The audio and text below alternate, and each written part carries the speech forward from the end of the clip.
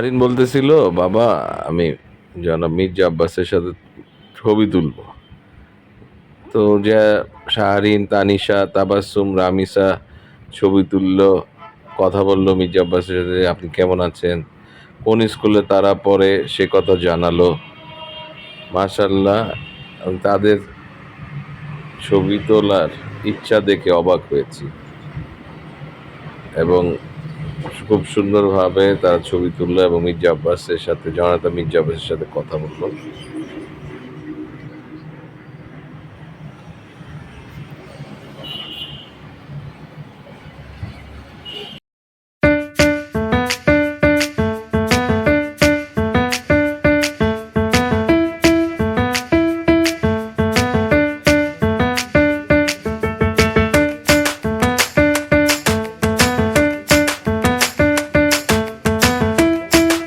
সব সময় আমরা আগামী বছর এটা প্রথম প্রোগ্রাম করে ছেলেদের এরাই করবে, এর চেয়ে ভালো প্রোগ্রাম করবো আমরা সকল দিক থেকে শুরু, সব কিছু সুন্দর হবে, অনেক সুন্দর থাকবে। এতে আজকে অনেক কষ্ট হচ্ছে, আমি জানি বাচ্চাদের কষ্ট হচ্ছে, আপনাদের কষ্ট হচ্ছে, আগামীতে কষ্ট ইনশাল্লাহ থাকবে না। আপনারা সুন্দর উপভোগ করবে। সমস্ত একটা অনুষ্ঠান হবে দিনব্যাপী, আপনারা সারাদিন উপভোগ করবেন ইনশাল্লাহ। আমি এবার একটা প্রোগ্রাম আগামীতে করবো। হ্যাঁ, বলতে পারেন যদি ক্ষমতা না আসেন, বলতে পারেন স্বাভাবিক, কিন্তু আমি বলছি থাকি বা না থাকি, ঠিক আছে, তোমাদের কথা আলাদা কবুল করুন। তো এই প্রোগ্রাম হতেই থাকবে এবং এর চেয়ে তো ভালো হবে আশা করছি আমি, এবং তোমরা সবাই আবারও আসবে, আগামীতে আমরা আরও ভালো প্রোগ্রাম করবো। তো আমি আর সময় নেব না, যে বাচ্চারা অংশগ্রহণ করেছেন তাদের সবাইকে আমি ধন্যবাদ, আন্তরিক শুভেচ্ছা জানাচ্ছি। যে বাচ্চারা, যে অভিভাবক যারা নিয়ে আসছেন তাদেরকে কষ্ট করে, তাদেরকে আমি অন্তঃস্থল থেকে আন্তরিক শুভেচ্ছা জানাচ্ছি। এই ধরনের প্রোগ্রামগুলো আপনি যখন যেখানে পাবেন, এই ধরনের বাচ্চাদের প্রোগ্রাম, এগুলো কিন্তু মিস করবেন না। আজকাল এই সংস্কৃতি উঠে গেছে। আগে আমরা আমাদের এলাকাতে শাহজাহানপুরে, বেশি দূরে না, শাহজাহানপুরে আমাদের এখানে একটা, আমরা ছোটোবেলায় এই একটা ছোট্ট অনুষ্ঠান করে নাটক করতাম, থিয়েটার করতাম, বিভিন্ন প্রোগ্রাম করতাম। এখন কিন্তু ওগুলো উঠে গেছে, এখন নাই। তো আমি আর সময় নেব না, আমি একটি জিনিস শুধুমাত্র আমাদের যারা করেছে, আমার যে একটাই দেখলাম যে ডকুমেন্টারি দেখলাম আমার সম্পর্কে, এখানে একটা ছোট্ট একটা ভুল আছে, এটা ওরা হয়তো জানে না ভুল করেছে, এটা কারেকশন করার জন্য আমি ওদেরকে বলবো। সেটা হলো আমার জন্ম কিন্তু শাহজাহানপুরে, আমার বাবার জন্ম শাহজাহানপুরে, আমার দাদার জন্য শাহজাহানপুরে, আমার সন্তানের জন্য শাহজাহানপুরে, আমরা কিন্তু এখানে বাসিন্দা। হ্যাঁ, আমার পূর্বপুরুষ এক সময় ঢাকা থেকে কিশোরগঞ্জে মাইগ্রেট করেছিল 1857 সালে সিপাহী বিদ্রোহের সময়। এটা হয়তো আপনারা অনেকেই জানেন না, জানার কথাও না, বইও আসলে আমিও বলি নাই, কেউ জানে না।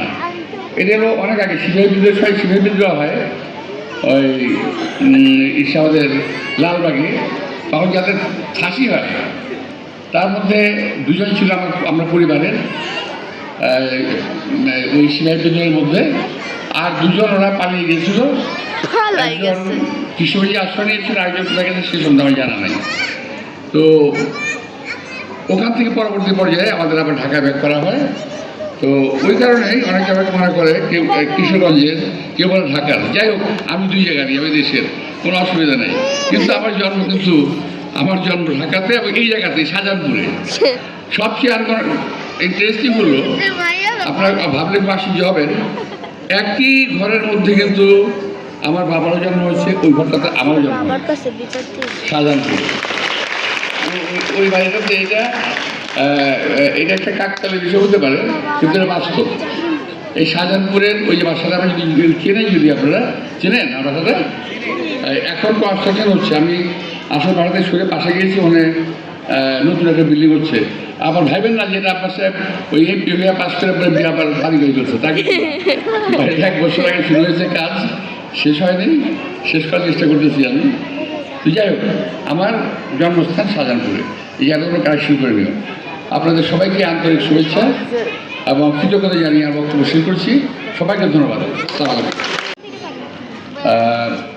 আমি তো আমার যে রাজনৈতিক জীবন শুরু 1977 সাল থেকে, হ্যাঁ এবং তারপর থেকে বহু সভা জনসমাবেশ আমি করেছি, বহু লক্ষ লোকের মিটিংয়ে বক্তব্য রেখেছি, হাজার লোকের মিটিংয়ে বক্তব্য রেখেছি, আবার 10 এই ধরনের একটা এক্সেপশনাল ব্যতিক্রমী একটি অনুষ্ঠানে আমি কখনো বক্তব্য রাখিনি, এটাই প্রথম।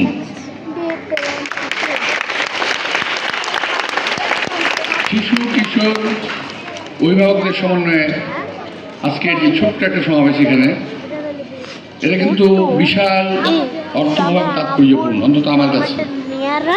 হ্যাঁ আচ্ছা ছবিটা পাঠাবো আজকে ঠিক আছে। বাবার মোবাইল, মার মোবাইল না, আমাদের মানসিকতা যে অবক্ষয় ঘটেছে, সেখানে এই ধরনের একটা প্রোগ্রাম এই ধরনের আবহাওয়াকে ঠেকিয়ে রাখতে পারবে বলে আমি মনে করি। আমাদের অভিভাবকদের উদ্দেশ্যে আমার একটা ছোট্ট কথা হলো, আপনার খেয়াল করবেন, একটা দেশে প্রচলিত একটা শব্দ আছে, বলা হয় জেন জি, জেনারেশন জি, জেড, শুনেছেন না নামটা আপনারা? তারপর আছে আলফা, তারপর হলো মিলেনিয়াম, আমাদেরকে বলা হয় ব্রোমার, কি জানি ব্রোমার বোধ হয়। তো যাই হোক, তো এই যে জেনারেশন তৈরি হয়েছে, এই জেনারেশন জি, এদের কিন্তু সাংঘাতিক সমস্যা আছে। সেটা হলো জানেন, এরা কোনো সমস্যাকে, কোনো বিষয়কে 3 মিনিটের বেশি ভাবতে পারে না। কোনো সিরিয়াস সাবজেক্ট 3 ঘন্টার বেশি মনে রাখে না, রাখার চেষ্টা করে না। এদের প্র্যাকটিক্যাল কোনো অ্যাম্বিশন নাই, সামনে কি করবে, অবশ্য সবাই না, বেশিরভাগ এদের কোনো অ্যাম্বিশন নাই, এদের কোনো টার্গেট নাই। এরা গল্প বই পড়তে ভালোবাসে না, এরা কি বলে সোশ্যাল মিডিয়া এতে ব্যস্ত থাকে।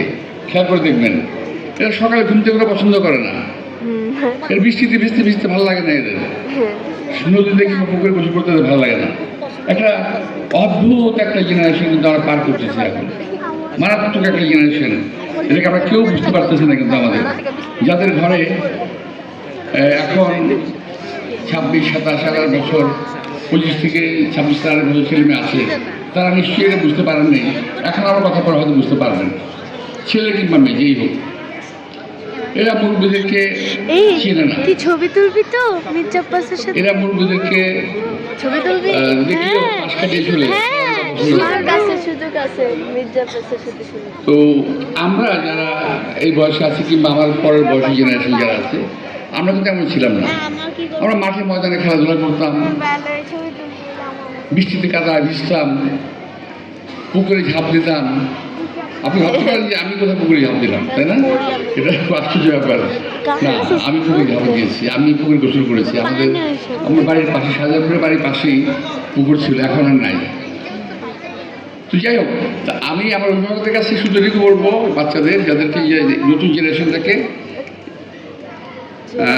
যারা আজকে অংশগ্রহণ করেছে, আমি যারা করে নাই, বাইরে যারা আছে, একটু যত্ন করে খেয়াল রাখবেন, খেয়াল করে রাখবেন, এরা যেন আমরা যেভাবে ছোটোবেলায় মানুষ হয়েছি ওই শ্রদ্ধাবোধ, ভালোবাসা নিয়ে বড় হয়, এবং এরা যেন আরও প্রোগ্রেসিভ হয়, আরও সামনের দিকে চিন্তাভাবনা করতে পারে। কিন্তু এই ধরনের চিন্তাভাবনা না, এই যে জেনারেশন জেদের মতো যেন না হয়। যে আমি অনেক কথা বলতাম আপনার সামনে, আজকে বেশি বলবো না, কারণ আড়াইটা বেজে গেছে। পুরস্কারের অনেক কিছু আছে, বাচ্চাদের অফকোর্স ক্ষুধা লেগেছে, আপনারও ক্ষুধা লেগেছে, আপনাদেরও। তো আমি একটা জিনিস শুধু বলবো যে আমি নির্বাচন উপলক্ষে আমরা একটা টিম করেছিলাম, এই টিমের ছেলেরা যারা এটা আয়োজন করেছে, এই কাজটা ছিল, তাদেরকে আমি ধন্যবাদ জানাবো। তারা এর মধ্যে আছে মাসুদ, হৃদয়, নাহিয়ান, মাইনুল, বৈশাখী, সাবিয়া, মাহির, আমিনুল। এরা অত্যন্ত আন্তরিকতার সঙ্গে এই ধরনের একটা প্রোগ্রাম করেছে, যা কিন্তু ব্যাপ্তিটা বিশাল। এটার যে অনেক গভীরতা আছে, এটা কিন্তু ওরাও বোধহয় বুঝতে পারে না, কিন্তু ভালো একটা কাজ করেছে। আমি তাদেরকে আন্তরিক শুভেচ্ছা এবং ধন্যবাদ জানাচ্ছি। যে শিশুরা যে বাচ্চারা আমাদের অংশগ্রহণ করেছে আমি তাদের সবাইকে ধন্যবাদ জানাচ্ছি এবং আগামীতে এই ধরনের প্রোগ্রামে অংশগ্রহণ করার জন্য তোমরা আরও আগ্রহী হবে। আমরা আগামীতে এর চেয়ে সুন্দর, এর চেয়ে ভালো জায়গায় প্রোগ্রাম করব।